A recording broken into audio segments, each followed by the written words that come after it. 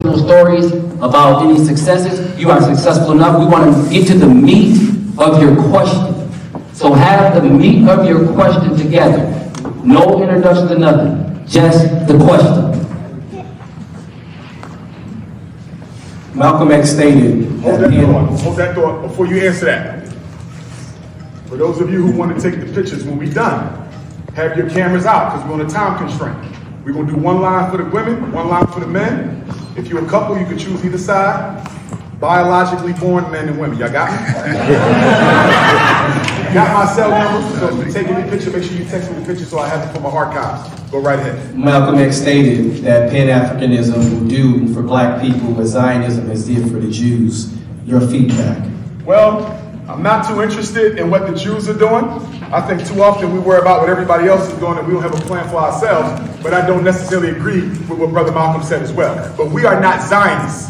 We are not imperialists. We are not seeking to take over a country where God did not put us. We want where God put us, and that's Africa, the richest continent on the planet Earth. And the one thing I need people to understand about Pan-Africanism, we do not believe that everybody should go back to Africa. That is a lie. There was no such thing as a Back to Africa movement. The Honorable Marcus Garvey never called his movement Back to Africa. It was the white media that called it Back to Africa. Marcus Garvey said, quote, "Some of you are no good in America and will likewise be no good in Africa. I have no interest in taking every Negro back to Africa." And I agree with Marcus Garvey. Could you imagine if I showed up in Lansing with a big Noah's Ark and put every Negro on that ship and then took you to Ghana with your white girlfriends, your video games, your basketballs, your fake hair, your Air Jordans? Do you imagine how much problems you would cause for our brothers and sisters in Africa? The only people I want going to Africa are people who have been able to reclaim their African mind. My question is, what can we do as a people to get these black churches to stop teaching white supremacy? I agree with you. The black church is teaching white supremacy, Bob. But our solution cannot be reactionary. So it's not about stopping the black church. It's about where is that other rival organization or movement that we need to create so black people are not even interested in going to church anymore. They coming to us. The beauty of what Garvey did, the reason Marcus Garvey was more successful than every other black leader put together in terms of organizing is he's the only one who did not marry his movement to a religion. Everybody else married their movement to a religion. Some chose Islam, some chose Hebrew, some chose Christianity. Garvey said, we have a church. If you want to pray to Jesus, go to church. Garvey said, we have a masjid. You believe in Muhammad ibn Abdullah? Go pray in the mosque. Garvey said, this is a black man's movement. And the purpose of this movement is to nation build for African consciousness. We don't have to fight the church. We have to outwork the church.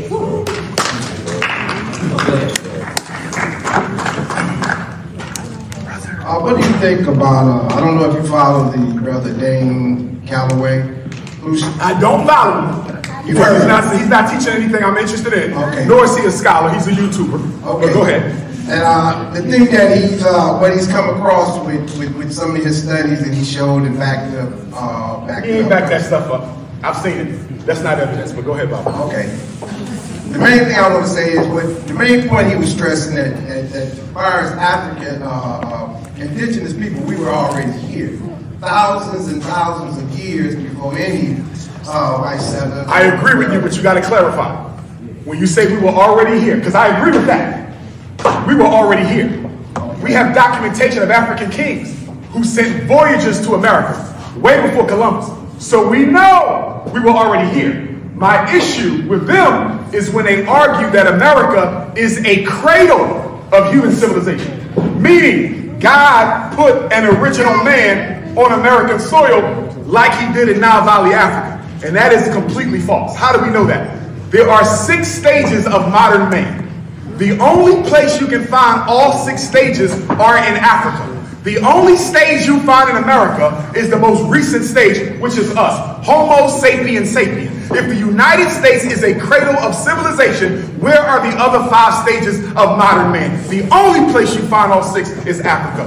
Yes, we were here first, but we came from Africa. He is a self-hating Negro who don't like who he is and where he come from. And it's bad, toxic teaching, because instead of making black people embrace who they are, you're trying to give them an excuse to hate themselves. But I'm going to go a step deeper. It ain't even about whether he's right or I'm wrong. I can prove mine. He can't prove that. Here's the real issue, Bible. Put that to the side. Because I think sometimes we fight too much over the past while we're losing the present, and the white man and Chinese is taking the future. So my question for him and anybody else, where are your schools you building for our kids? Where are your hospitals you building for our elders? Where's your supermarkets to feed our families? Where your jobs to keep black men out of prison? Because if you ain't talking about food, clothing, shelter, security, and healthcare, I don't care anything else you're talking about. It's a waste of time. I can say this also, where I think this week, today, now, it could be totally different. A couple of weeks, a month from now. I've always had the opportunity of my mind to be expanded. Yes, sir. Receive the information. Yes, sir. Because as long as I got facts, I won't lose an argument. I'm not talking about no historical truth. I'm talking about historical facts. As long as I got it, if I can go in the back of the statue and back that up with it, that's how I'm gonna roll. That's how we all should roll. But the main thing I like what you said here, the one last form of slavery that we gotta get rid of is that church. I agree with you, Baba, but here's the thing. I'm gonna go back to Garvey. Why did Garvey out-organize everybody else? He out-organized Elijah Muhammad. He out-organized Noble Drew Ali. He out-organized Dr. York. He out-organized the Hebrews. Garvey out-organized all of them put together. You know why? All of them went to religion. Garvey kept it with African consciousness. We have to be careful about attacking the church outright. We have to be strategic, because black people are so religiously immature that if you tell them they have to put down Christianity or Islam, they are indoctrinated to cut you off. How are we going to save ourselves if we're pissing black people off and attacking their religion? Look at me. I have the largest following of anybody in the conscious community in the world. I'm the closest thing to Marcus Garvey in this day. And you know why? I don't attack religion. If they invite me to the church, I'll speak in it. They invite me to a Hebrew temple, I'll speak in it. They invite me to a masjid, I'll speak in it. I never attack people's religious beliefs, because we can all put down the Bible and Quran today, but if we ain't got no institutions and power, what difference does it make? The church is a problem, but it is not the problem. The problem is the lack of organization.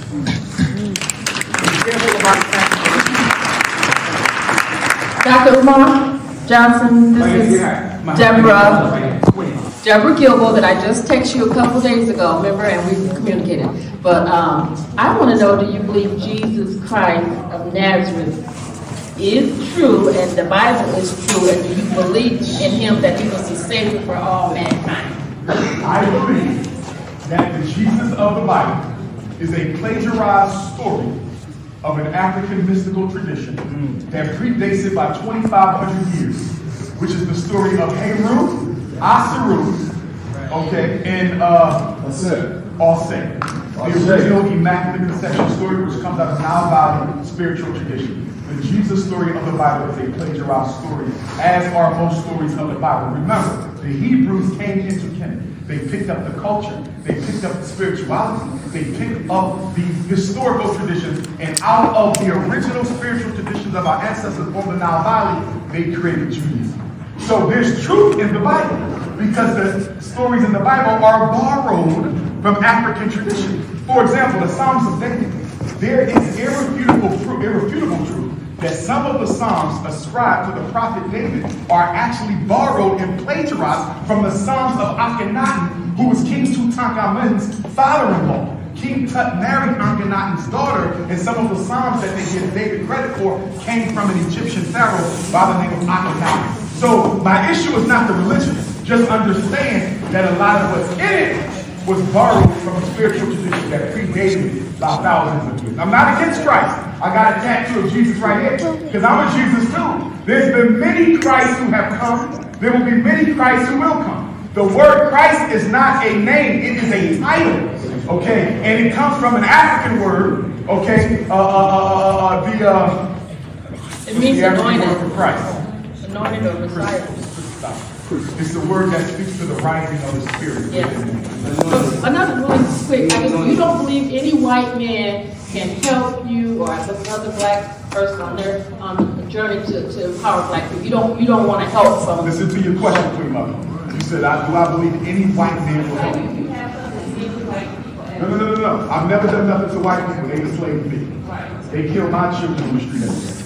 They kill my birthday. They incarcerate my brothers. I've never done nothing to a white man a day in my life. So don't make me the perpetrator and make him the victim. He's the victim. Excuse me, I'm the victim. He's the perpetrator. But here's the thing, Queen Mother. You keep on looking at this race thing from the lens of individualism. Listen to what you said.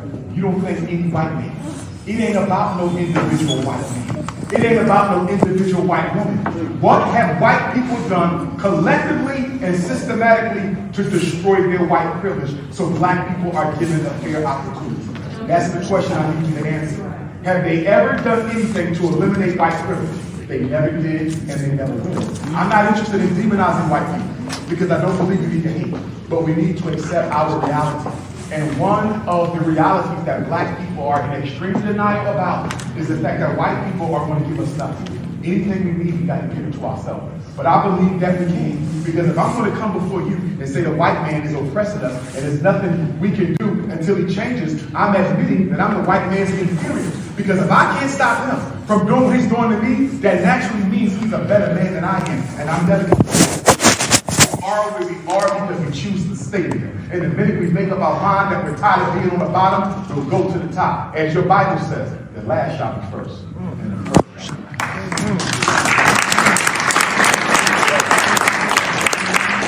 we're over here one time. We're going to be back to you, brother, and then brother. Do you think it's possible for a black man to have a white wife and still be down for the black struggle? Absolutely not. You are a living contradiction. And why do you think black men love white women? Because black men want to be white men themselves.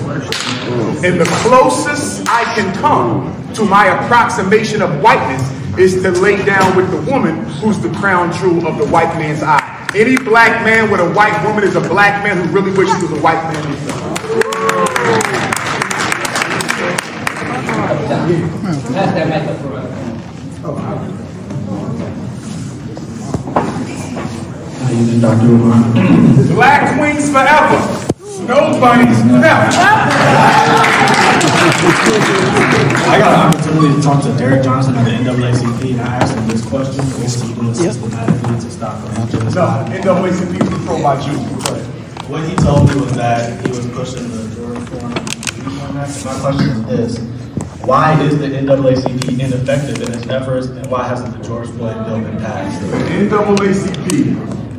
NAACP was founded by white Jews, including Mary White Overton, who didn't even like black people, so they could put us out front, do all the fighting for the civil rights, and then the European Jews would come and cherry pick the gains that black people died for. The whole purpose of the NAACP is to control how much progress you make. And this is why we as black people should never get comfortable letting white people finance our organizations. You can't name me a single black organization financed by white people that has ever done any real good for black America. Al Sharpton is compromised because he takes money from white people. Jesse Jackson was compromised because he takes money from white people. I don't really question Jesse now because he's up in age, he's retired. But when he was in his prime, Rainbow Coalition took money from whites. NAACP takes money from whites. Black politicians takes money from whites. One of the reasons I accepted no money in our campaign to build the Frederick Douglass Marcus Garvey Academy, because when we open up that school, if white people help me to open that school, then I can't claim this as a black victim. You understand what I'm saying? If white people gave me the money to open up that school, how is it a black school?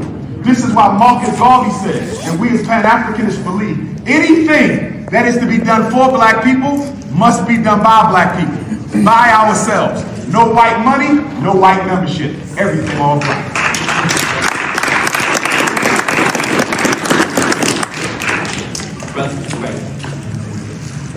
How you doing, brother? I wanted to, first of all, speak on, ask about Christ. Christ is a conscience that... Christ is a conscience the region taps into the source. You know what I'm saying? The Christ of consciousness. And Jesus is the last thing. The U.S. is the prefix of Zeus. And Jesus comes from Spanish slavery. So now I have 3 questions to ask you, brother, and one's quick. Brother, the community that you live in,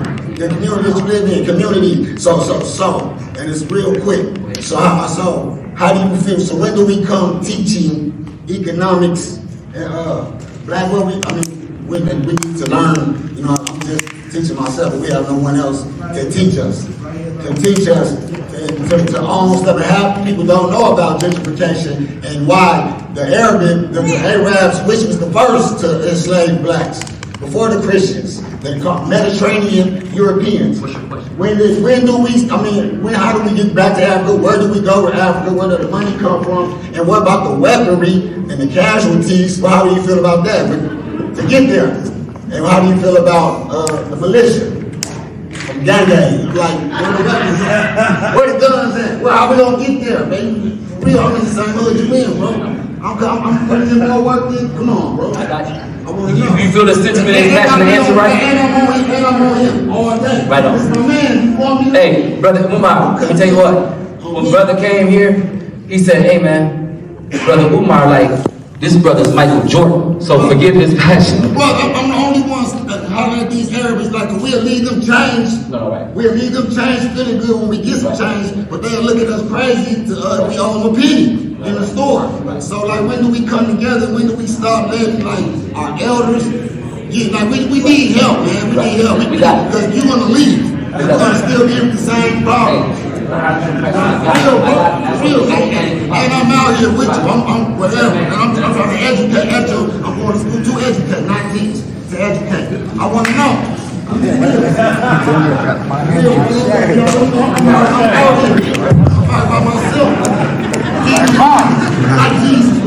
All right, answer the question best you can, Brother Umar. Thank you. Education and economics is where we need to start. You can start a credit union with less than $100,000. You can start a credit union with less than $100,000. Y'all spend more money on Christmas gifts than $100,000 just in Lansing.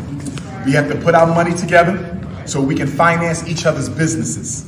This is what the Mexicans do. This is what the Arabs do. Take everybody in this gym. You put in $200 a month. He get his first business, she get his first business, they open it up. They now have to put 20% of their income back into that credit union. Now he get his business. We still put $200 in a month. The interest is growing. Within 5 years, everybody in here got their own business. We have to start a credit union. That's one. Number 2, we got to start a school. Y'all know I got an FDMG Delaware, but we're not going to get nowhere with one school. We need FDMG Lansing, FDMG Kalamazoo, FDMG Detroit. So one of my biggest questions for y'all, where that empty school building that's sitting around in Lansing, ain't nobody touching it, it's been sitting there for years. A whole school that we can get and start building Frederick Douglass Marcus Garvey Lansing. I'm not paying for it though. Y'all gonna make that damn mayor, that white man y'all put in there, make him come up off one of them schools and give it to the community. We don't need no money from him. I don't want no handout. I don't want no subsidy. I just want the real estate. Give me one of these empty schools in Lansing, and we can start a school for black boys. Education and economics. Education, we got to prepare the children for liberation. Without education, there will be no transformation. The brother talked about a military. We do need a military, but guess what? The worst thing you can do is start a military with people who are politically uneducated. As the great Pan-Africanist Thomas Sankara said in Burkina Faso, a politically uneducated soldier is a traitor waiting to happen. We have to educate our people so they know what they're fighting for. But to give them a gun without political education, they will turn the gun on their own people. Education before militarization.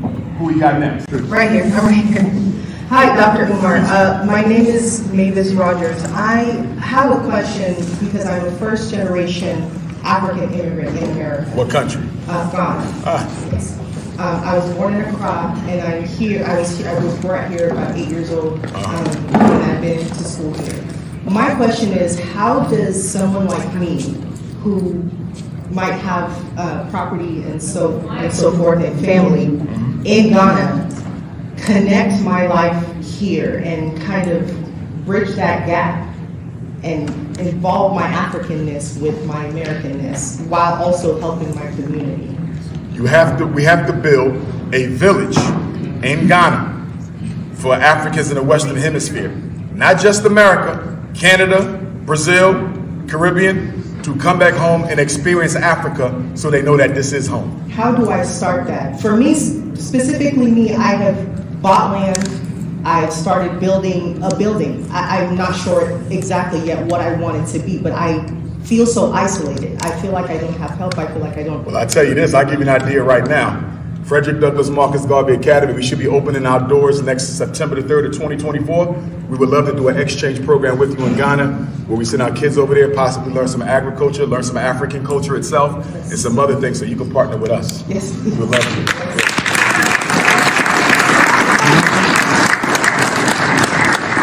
Okay. Garvey Day, Dr. Umar. Garvey Day, brother. My first question is, on social media, I saw that there was a property broken at the FDMGA Academy in Wilmington, Delaware. Yeah, somebody broke the window last week. I think I know who it was, one of my coons. How do you plan on security for the students and the staff members upcoming 2024? I can't answer that publicly or to give the plan away, but we do have a security plan. Okay, awesome. And then my second question regards organization. Clearly we're novices and amateurs at that as a people. What qualities would you suggest that startup organizations would do to help our people? The qualities for the individual? Yes. Okay, 5 things that you want to see in anybody who claims to be serious about the revolution. Number 1 is humility. Number 1 is humility.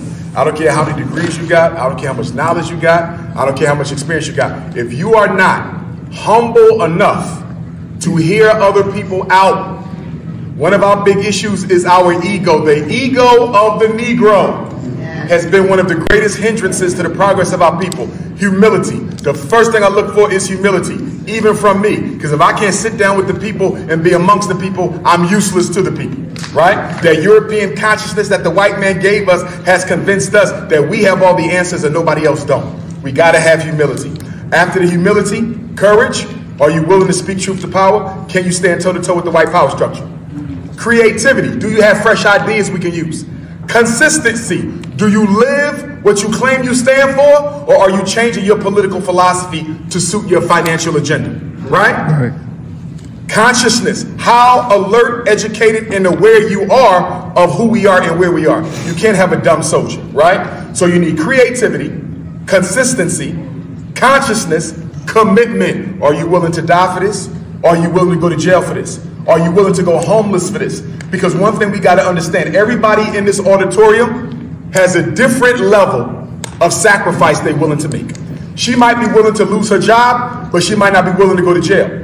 You might be willing to go to jail, but you might not be willing to die. He might be willing to die. Does that mean y'all can't be a part of the struggle? No, y'all can all be a part of the struggle, but be honest about what you're willing to sacrifice. If you're only willing to go to jail, say that. Then I know where to put you. You willing to die? I know where to put you. You willing to lose your job, but you don't want to go to jail? I know where to put you. The problem with the black liberation struggle is everybody show up saying they're willing to die, when the truth of the matter is they are not.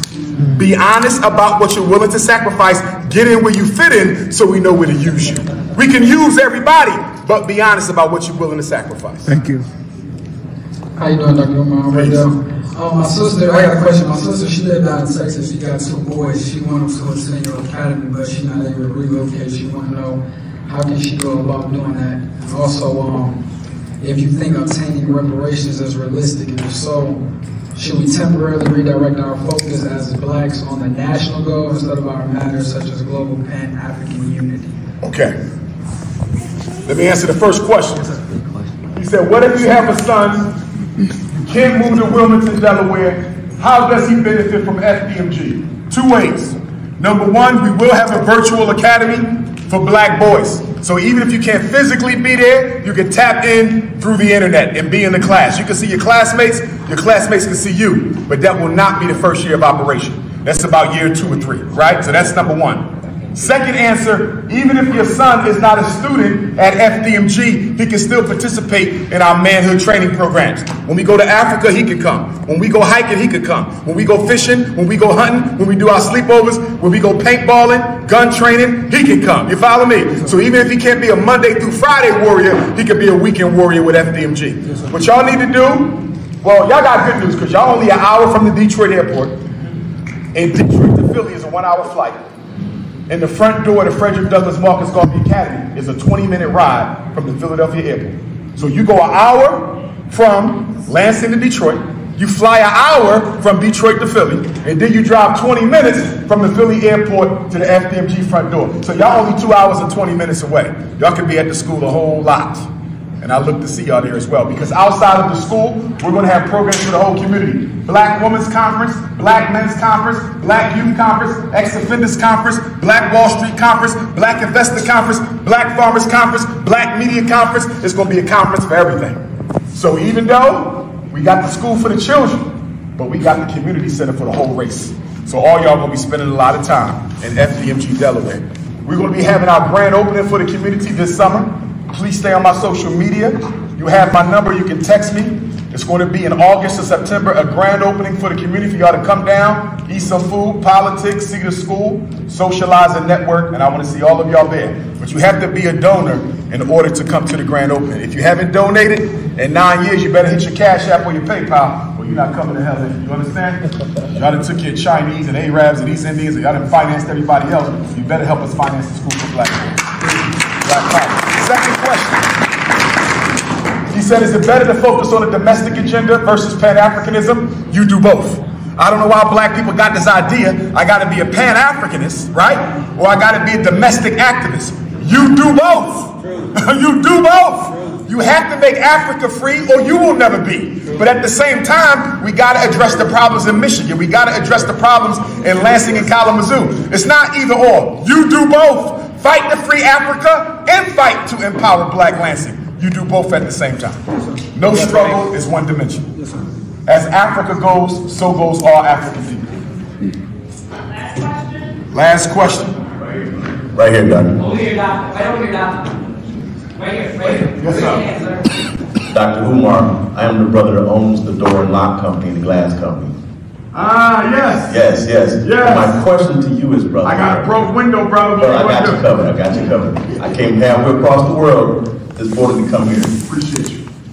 My question is, I was born and raised in Detroit. How do I convince my other black business owners like myself that this movement is worth our everything?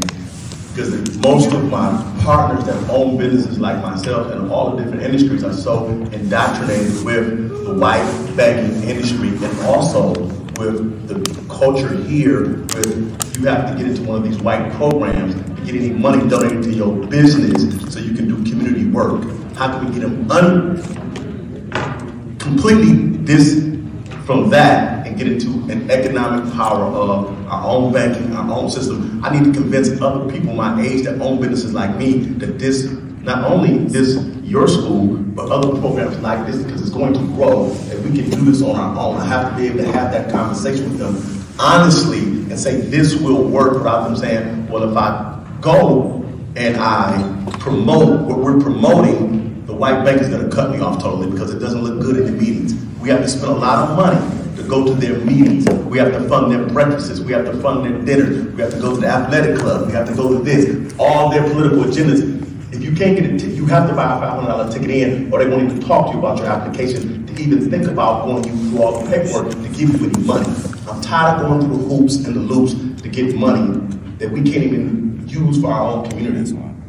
What is the plan for that? I need to be able to have some ammunition to talk to my brothers outside of that industry, one-on-one, and say, hey, this will work. Great question. One of the most powerful things that Booker T. Washington did was when he built the National Negro Business League, and he made the black businesses work together and work with one another. Biggest problem we have as black businesses, we don't support each other. If you got 10 people in here in the business, they should have a United Black Business Club.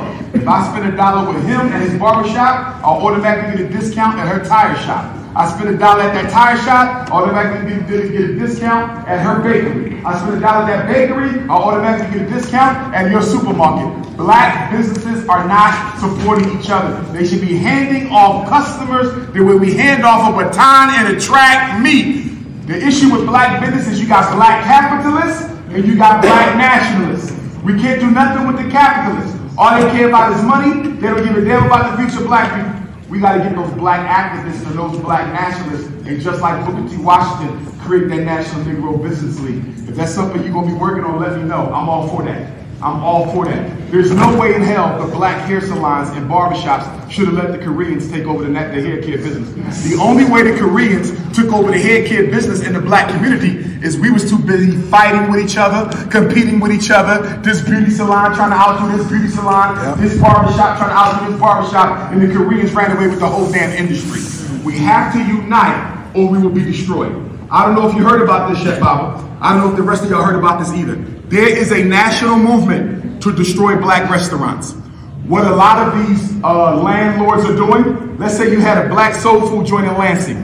You were paying $3,000 for rent for the past 10 years. All of a sudden, your Arab landlord said, I can't afford to let you pay $3,000. You now got to pay $7,000. And so a black soul food restaurant that's been in business for 30, 40 years got to pack up and close shop. This is happening all over America. I think it's a concerted effort to destroy black restaurants so we completely dependent on non-Africans for our food. Harold's in Chicago. Another one. And then there's another one in New York. They are systematically shutting them down by raising the rent. But here's the issue. How you been in business 30 years?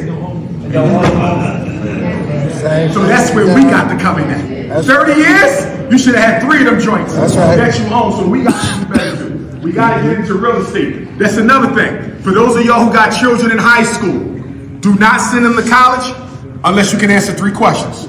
Number 1, did you raise them with the discipline to finish college? Number 2, are they going to major in something relevant? Number 3, are you sure that whatever your child is majoring in, they're going to be able to make a contribution to the black community because of it? Too many black kids are going into long-term debt to America's banks in the name of college. Too many student loans. Most of us own student loans, and half of us don't even work in the area where we got our education in. If I was you, I would send my son and my daughter to one of these technical colleges where they will go for 2 years. 2 years, licensed plumber. 2 years, licensed electrician. 2 years, licensed roofer. 2 years, licensed welder. 2 years, licensed auto mechanic. 2 years, and they could be making more money than a surgeon. You know what we had to pay our electricians? Over $150,000 for those electrical repairs. That's more money in 1 week than a lawyer might make in a whole year. We need the skills that pay the bills. Make sure your son and daughters got skills that pay the bills. Don't send them to college unless they're going to major in something relevant. But if it was up to me, they go to trade school first for 2 years, get a license. If you want to go to college after you get a license, you can pay your own way through college now. Put them in trade school. This is my question. When we come to programs like this, often we talk about community building or we talk about educating people. The Panthers talked about their programs is based on survival pending revolution, right? All of their programs, schools, medical, whatever they was doing, was meant that we immediately had to survive, but the ultimate goal was revolution. When I come to programs like this, it don't seem like I hear people telling people that ultimately we're gonna have to fight, and that the programs and things that we build are designed to put us in a position to fight. That these schools aren't going to solve our problems either, or trying to come together, because that bank is still controlled by the Federal Reserve and all the banking regulations. That's my question. At what point do we tell people that the programs that we are creating are meant to survive immediately, but ultimately they're to put us in a position where we can fight? Because no people on earth have ever got anywhere from just trying to build within the system. The goal has always been to fight. Reparations, what was taken from us was power, not money. Reparations ultimately to me mean land, because from the land we'll get our power, resources. So that's my thing about reparations. What we lost was power, was not money. So reparations got to mean power in some aspect. Great question. 2 answers on that. I agree with you. But here's where I want to exercise caution. Military struggle, armed combat is the last stage of revolution. It's not the first. I'm not interested in dying with nobody who couldn't help me build anything. The problem with us sometimes, we're too quick to want to fight, but we never in a rush to create anything for ourselves. Are y'all following where I'm coming from? We always want to talk, we always want to debate, we want to fight. When do we build? Look at all the riots we had. Look at all the police rebellions we had. We'll show up to burn it down, but we won't show up the next day to build it back up. I'm only interested in fighting with people who are also willing to build. Because what I know, there's a lot of African people who are so consumed with anger and so consumed with hurt that all they want to do is inflict damage on somebody. And after they get done fighting a white man, they are still filled with anger, so now they want to turn around and fight their own brother and sister as well.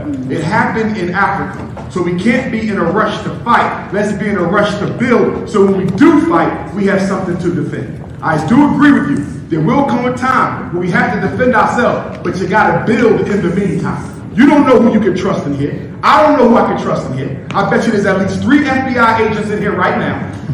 Right? I want to bet there's about 3 snitches for the black bourgeoisie who sent them to see if I was going to talk about them. You understand me? You got about 3 undercover police in here. You understand? I'm just being honest. And then the black church sent a bunch of coons too to report back. So until I get to know you, how do I line up and put my life in your hands and you put your life in my hands? We got to be in the trenches first, and we need to be in the trenches building something.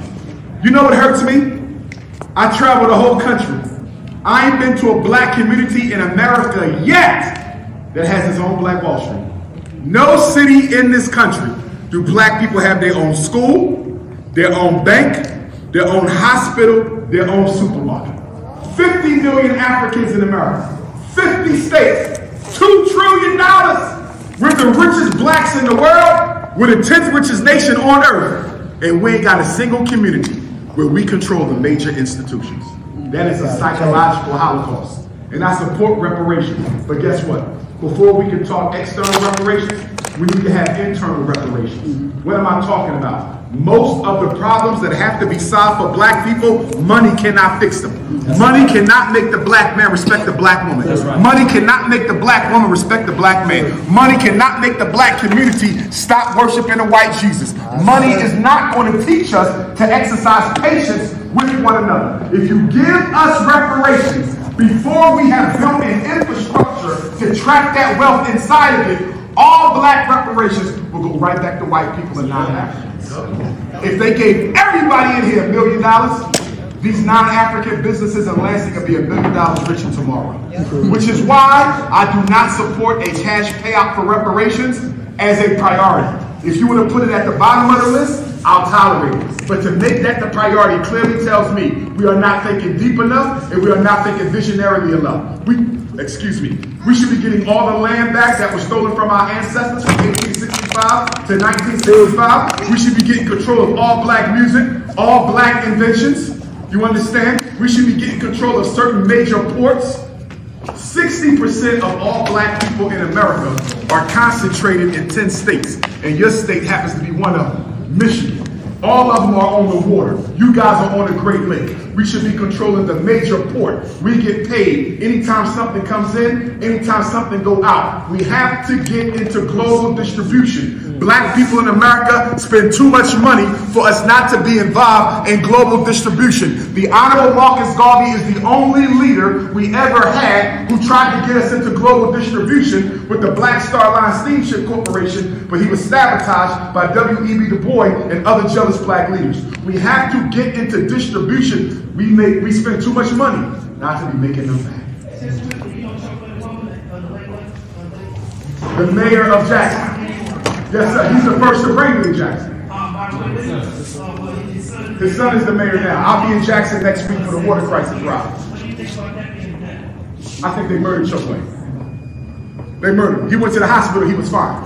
They murdered Chokwe. They murdered him. I have no doubt about that. If you are an activist in Lansing, this go for all y'all who do community work. If you got to go to the hospital, take all your ID off you. Do not go into the hospital with any ID and give them a fake name.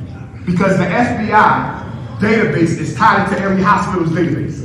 When a revolutionary checks into the hospital, the FBI automatically gets an alert. And they can tell that doctor to make sure you don't make it out the hospital. Remember, Tupac showed up alive at the hospital.